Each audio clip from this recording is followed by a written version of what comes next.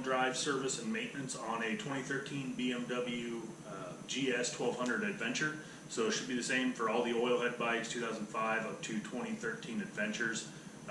Pretty much the same, I believe, on the newer bikes as well, just that your swing arm is going to be flipped on the other side.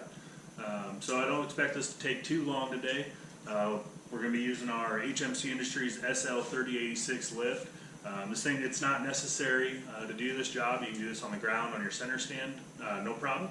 But it does save your back, makes life a lot easier. So got a few other tools that we'll be using and going through the fluid that we're going to use as well. Alright, so some of the tools and accessories that we're going to be using today. We've got just regular black nitrile gloves, just real handy to have, keeps your hands somewhat clean.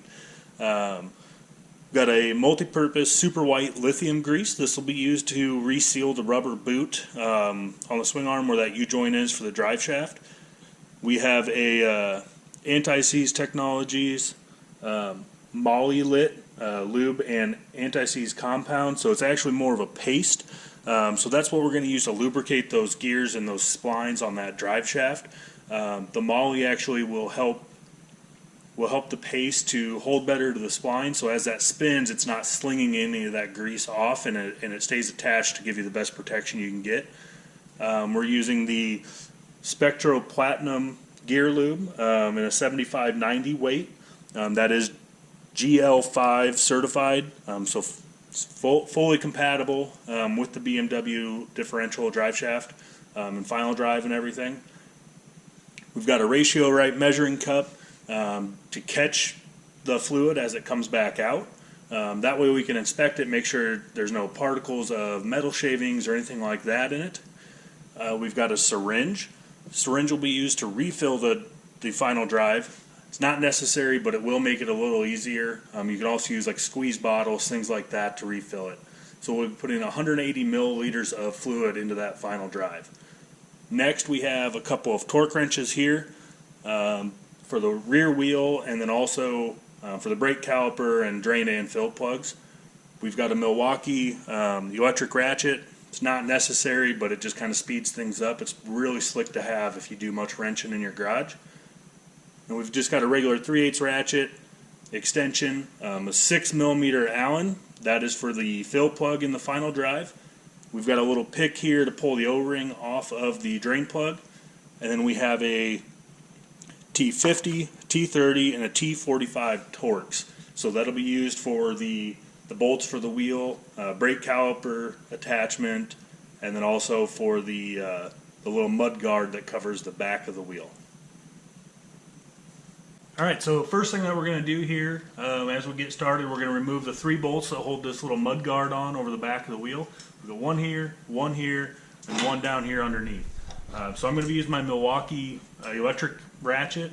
I've already broke these loose by hand, so I know I won't worry about breaking them off or anything. The nice thing about this is it has pretty low torque, so chances of breaking something are not very good, but I always do like to break everything by hand just to make sure that there will be no issues. And then I always start everything by hand as well, so I don't worry about stripping something out or getting a cross thread or anything like that.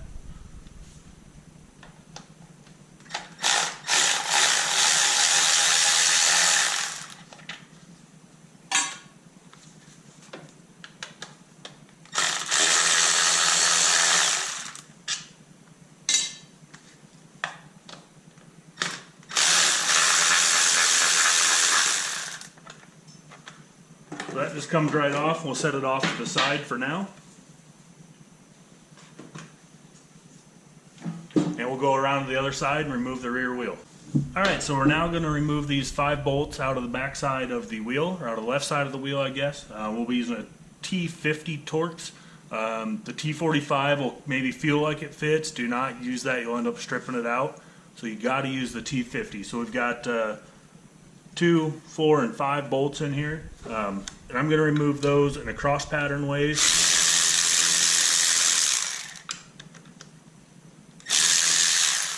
Now I've already loosened these by hand, but using this Milwaukee ratchet just makes them pull out quite a bit quicker.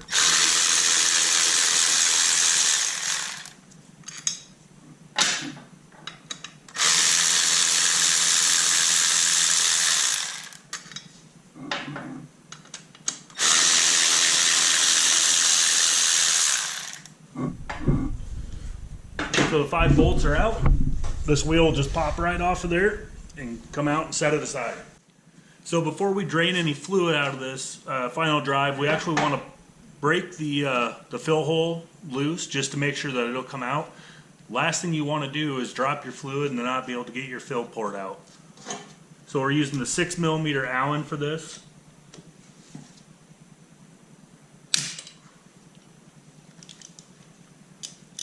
So, and it was in there pretty good.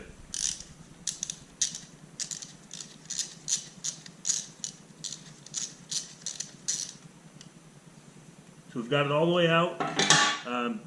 This will have a copper crush washer on it, so make sure that you get that off of the port as well.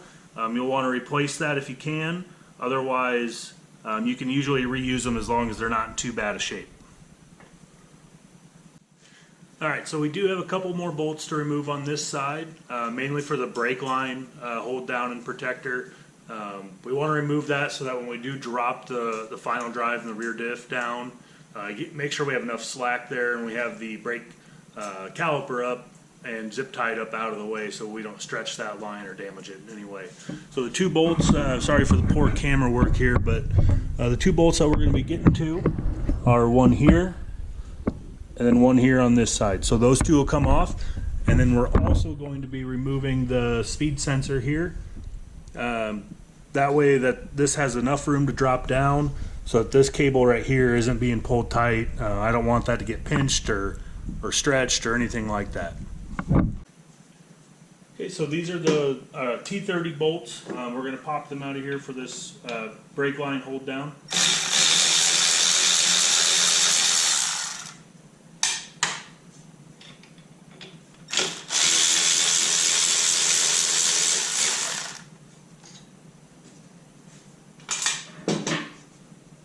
This will just pop up out of the way. And then you want to remove this little clip here from the brake line. That way everything is free. Okay, so these 2 bolts for the brake caliper, we've got one here, one here. These are both T45 Torx. So you want to pull those out.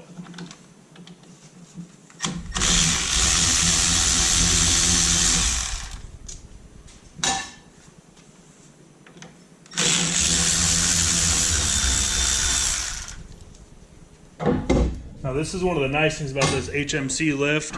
It's got these little 2 holders in it. This is the only American-made lift that I know of that actually has these little holders. They pop right out. It's actually really slick. So if you need a lift for your garage, check out HMC Industries. Really good guys over there will take care of you.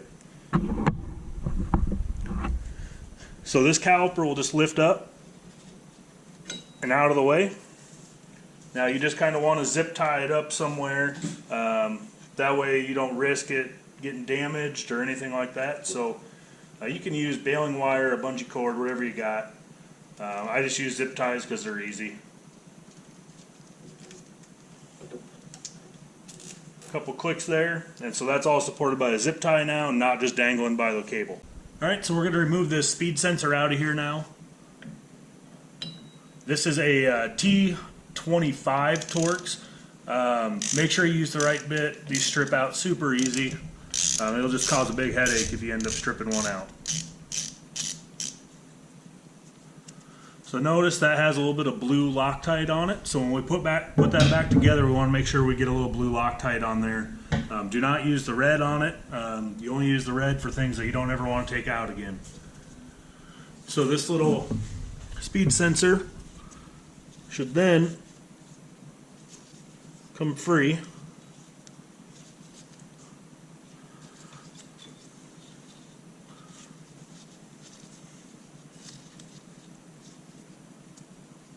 So undo it from that clip. We're going to grab our little pick that we have. See if we can't pop that loose.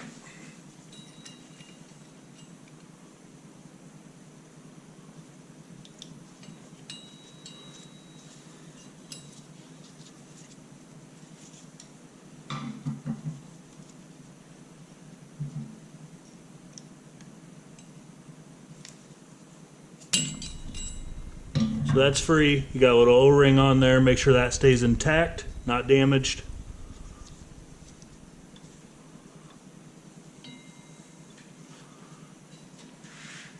Okay, and then that can just pull up and out of the way. I'll set it over here with this, with the caliper here, so it doesn't get in the way of anything.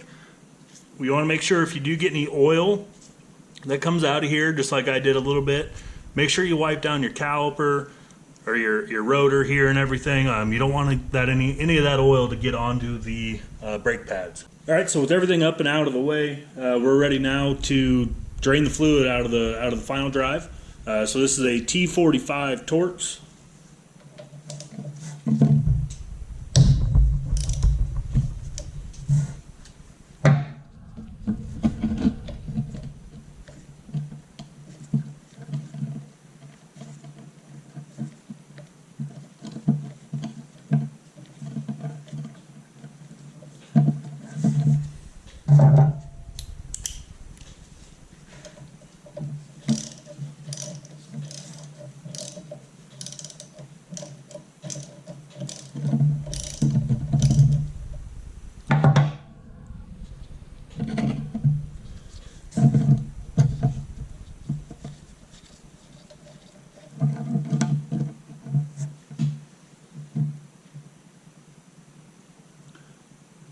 So you'll notice this fluid's actually not too bad. It's fairly clean. You'll notice it bubbling a little bit. I can pull that fill plug back out. But I just bought this bike. It has 25,000 miles on it.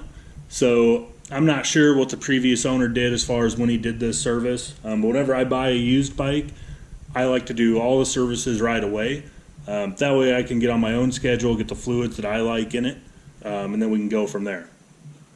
So we'll let that drip and drain out of there for a little bit. So there should be 180 milliliters should be coming back out of this thing. That's how much we're going to put in. The other thing you want to do, you just want to check the end of your drain plug. Just make sure there's no weird metal shavings or anything like that caught up on the magnet. Might be a little bit like a paste almost. That's pretty normal. But you shouldn't have any big shavings or big chunks or anything like that. The other thing you'll notice is that I did use a somewhat clear catch container. The reason for that is so that you can check that oil, make sure it all looks good. So one thing that I did forget to mention about this drain plug is that it does have a little O-ring on it. So you just want to inspect that O-ring, make sure it's all good, replace if necessary. I'll have these listed with the oil kits for the BMWs. So, and any bottle of differential fluid or anything that you buy for one of these bikes will come with one of these little O-rings, so you'll be all set.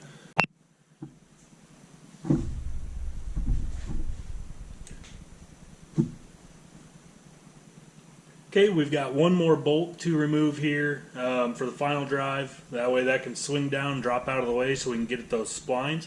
So the back side of it's going to be a 16 millimeter. The Torx side is going to be that T50, so the same one you used for the studs for the wheel. So we'll break that free.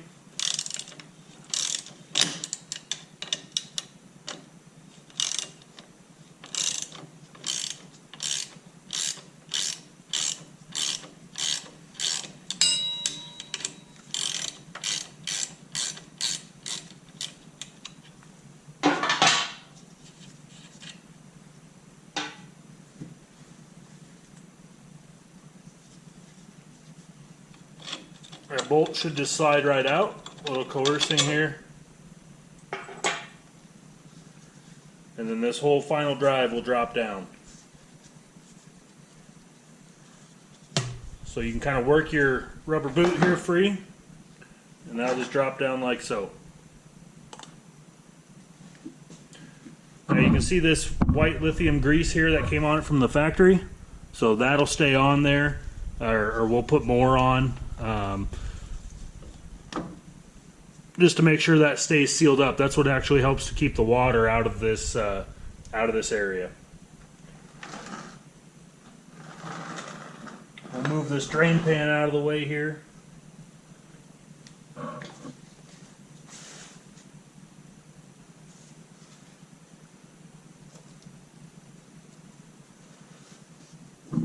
So So this is where the gloves come in handy. That grease gets on everything and it just makes a mess.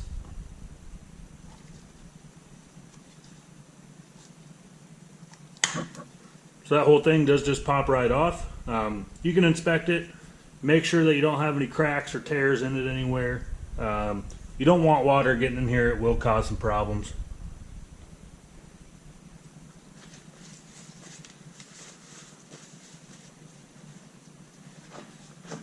So if you take a look at these splines here, you can see they're pretty much completely dry. So for whatever reason, BMW does not think that these need greased from the factory. A little bit of grease never hurt anybody, especially on these types of splines. So we're going to go ahead and put some of that Molly lube on them. That'll just help to make sure that we don't have any problems in the future. So we're going to put this Molly grease on. There's a few different ones that you can use. Now, Honda makes one that a lot of people like. It's the, I believe it's M77. Loctite uses one. I believe it's LB8012. So there's a few out there, but they're kind of hard to find. Most of your parts stores and things like that are not going to carry them. I actually picked this Molly lit up at one of the local machine supply stores, so it's pretty good stuff. NIC's technology makes good products, so it'll work. I believe it's probably 50 to 60% Molly. So you just want to brush it on. You don't need a whole lot. Get it on both sides.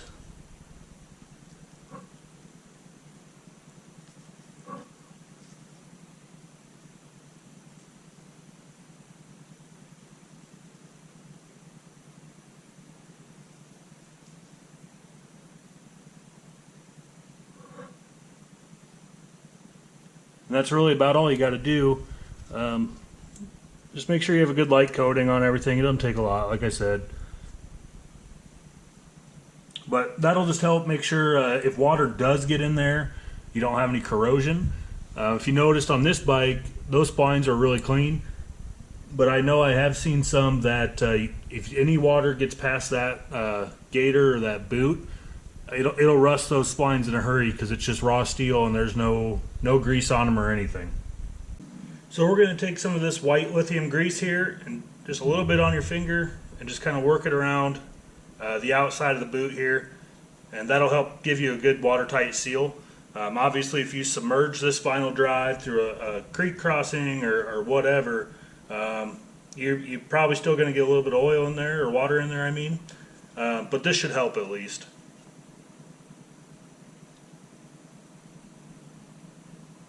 So you want to do both sides.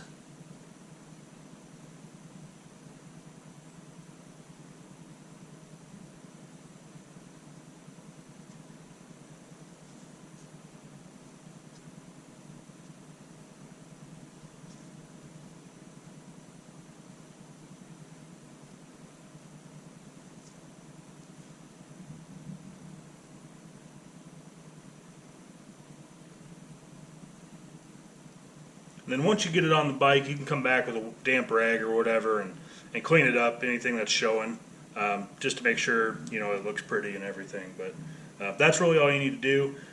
And then you can take this boot, set it down in there, and you'll be good to go.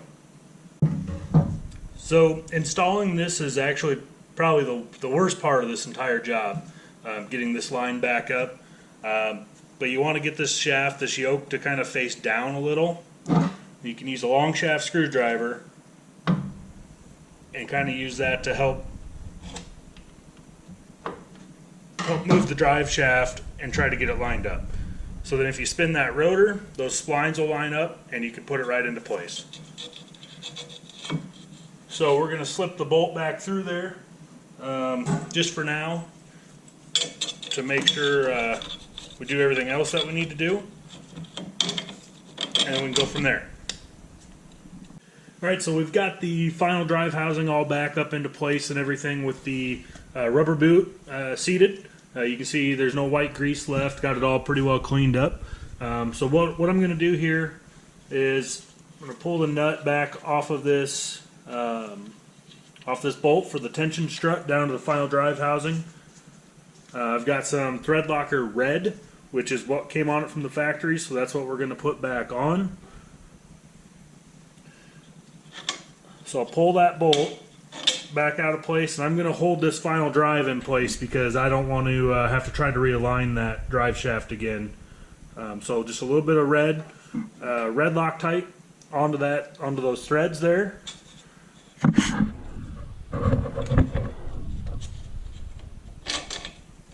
And we'll just pop that right through. And then I'll do just a little more red Loctite here, right? Just on the very end of those threads where that nut's going to seat. Doesn't take very much. A little goes a long ways.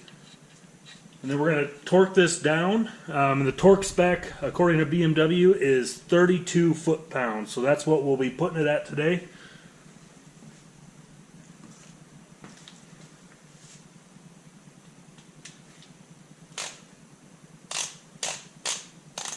So I've just got just a basic Craftsman torque wrench here. You know, for a home garage, you really don't need anything too fancy. This will get the job done just fine. So we're going to go 32 foot-pounds. And we're using that T50 Torx again.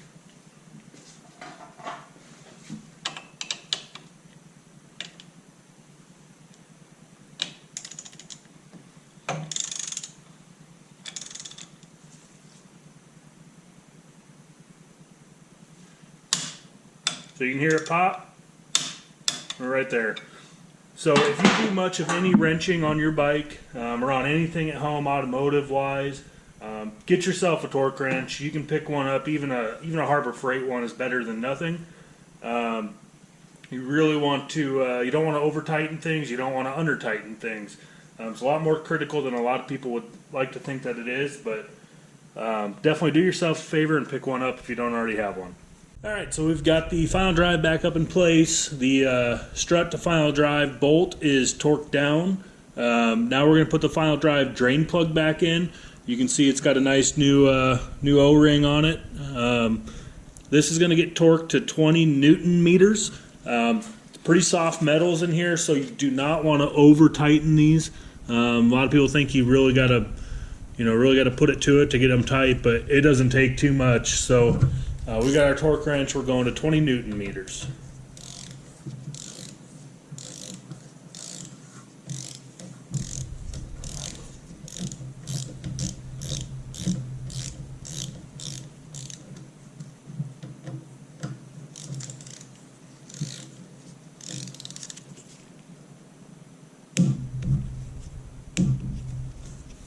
Now we're going to put that speed sensor back into place. So I've got just a little bit of brake clean here. I'm going to spray onto a towel. And I'm just going to kind of clean up the area here around that where that's going to go. Just make sure we get a good seat in there and don't have any debris making its way into the housing.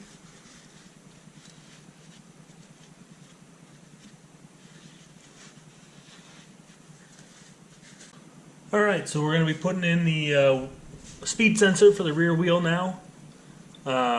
The little bolt for this, the torque spec calls out 3 Newton meters, so basically just barely tight. I don't have a torque wrench that goes that low. The lowest I can get is about 6 Newton meters. So I'm just going to get this in place, and then I'll just tighten it down and just kind of go by feel on this one. I don't really have too much other option, I suppose. So just kind of get this seated in.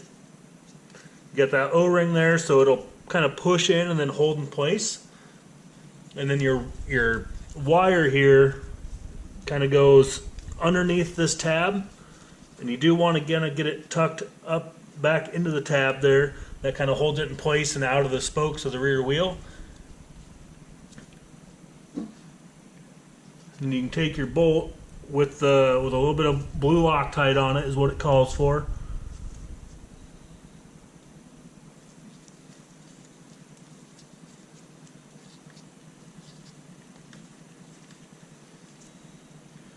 And just snug it up. Doesn't take much.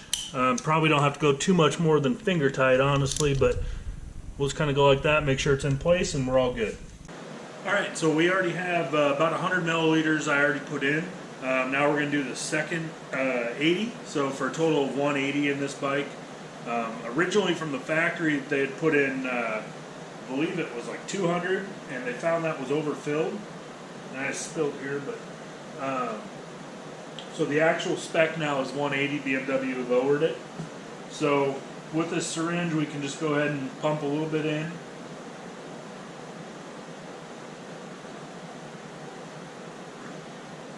Now this fluid is really thick, so it does push pretty slow through this smaller diameter hose, but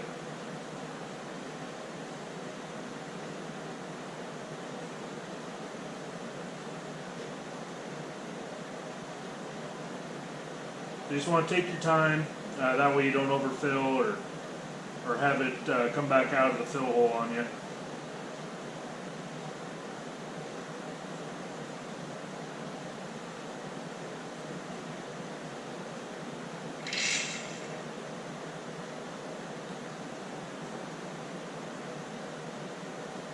There you have it. You have 180 milliliters now in the final drive.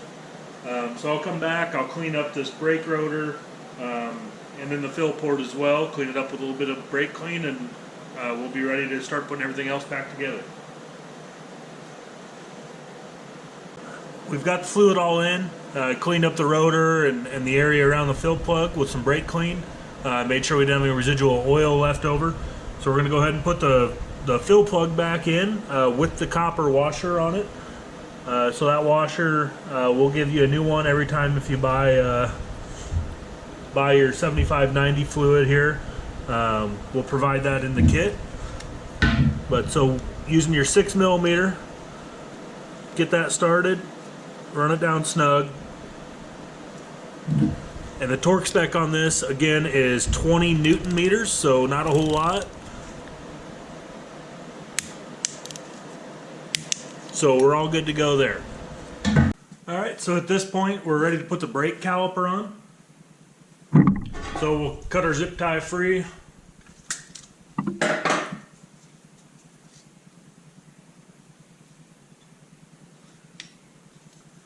And you just kind of get it started here in between the pads.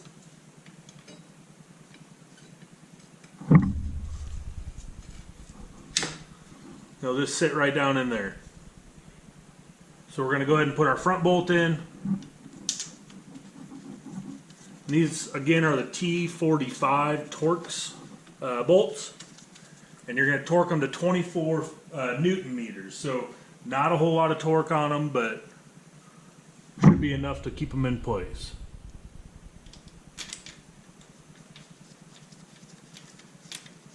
Now what I like to do just to get this post lined up for the splash guard is run the bolt through it and just start it just so it kind of holds it in place there, and then you can go ahead and tighten these down.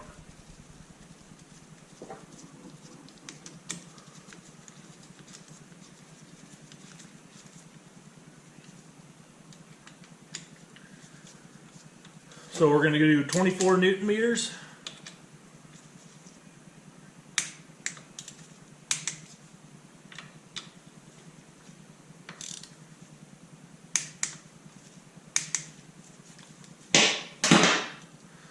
Then go ahead and pull this bolt back out, because you'll need to be out when you put your splash guard back in. So with that, we'll go ahead and secure our brake lines, put our cover on, and we'll be good to go. Alright, so we're going to go ahead and secure this wire for the speed sensor. So it just clips onto your brake line there. And then tuck it up underneath this little metal clip that's on your swing arm, or on the final drive.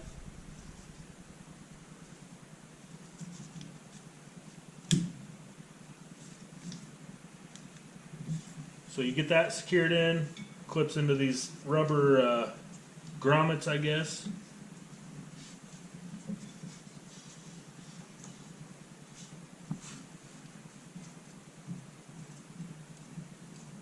So once that you got everything kind of held in place here, just take the cover, and it just sits down over over the line.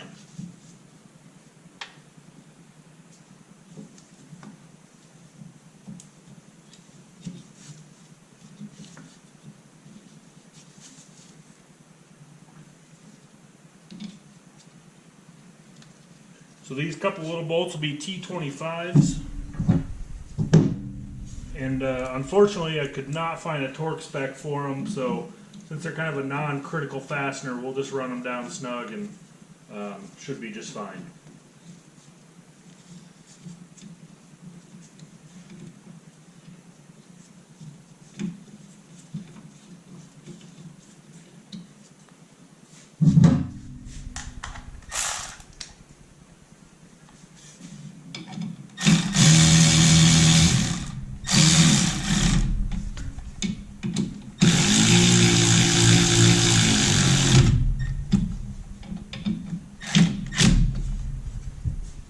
So those are back in place. The next thing that we'll have to do is just put the rear wheel on, and we'll be ready to take it for a ride.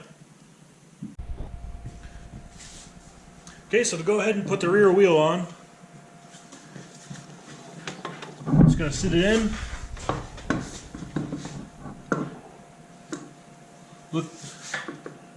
Take a look down, right down your bolt holes, and just get your holes lined up.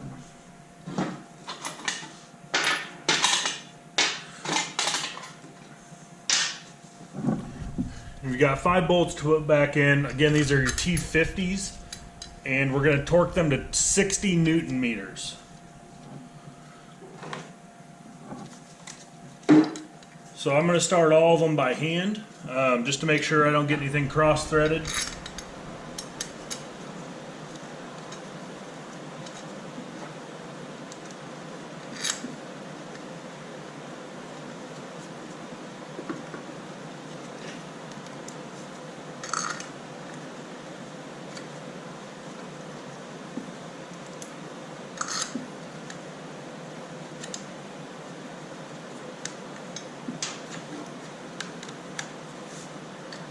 We're going to go in a diagonal pattern. Even when I'm not torquing them, I still like to tighten diagonally, just to make sure everything gets seated properly.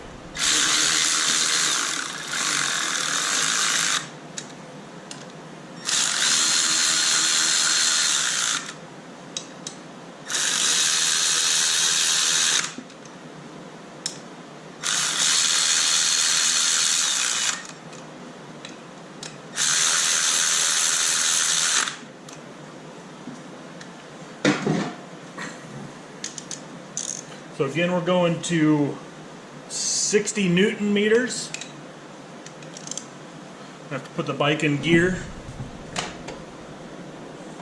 So putting in gear keeps that rear wheel from spinning. Otherwise, if you have an extra helper around, you could have them hold the rear brake pedal down for you, and that would work as well. So I'm not going to torque them all the way right away. I'm just going to snug them up.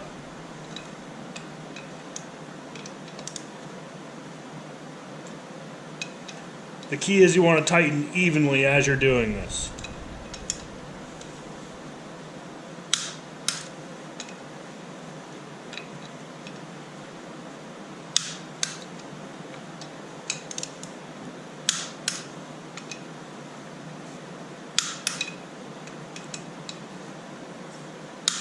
So everything's torqued, but I'm going to run through one more time just to make sure that everything is seated properly.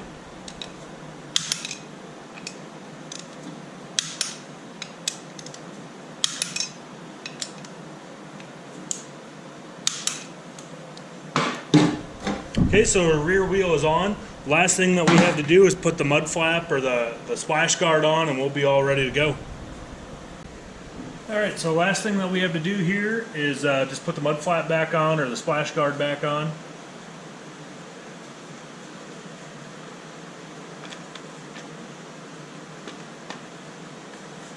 So it's just going to sit right back the way it came off. Might have to jostle a little bit just to get those couple first bolts started.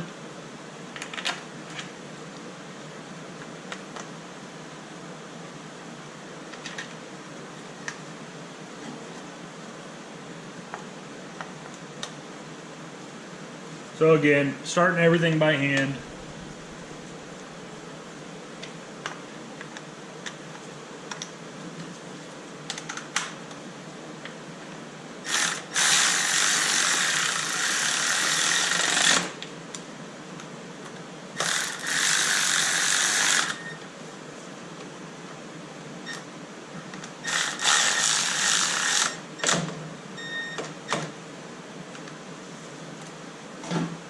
So then I'm just going to take my ratchet. I don't have a torque spec for these, but I'm just going to take my ratchet because I can feel it out better. That way I know where everything's at.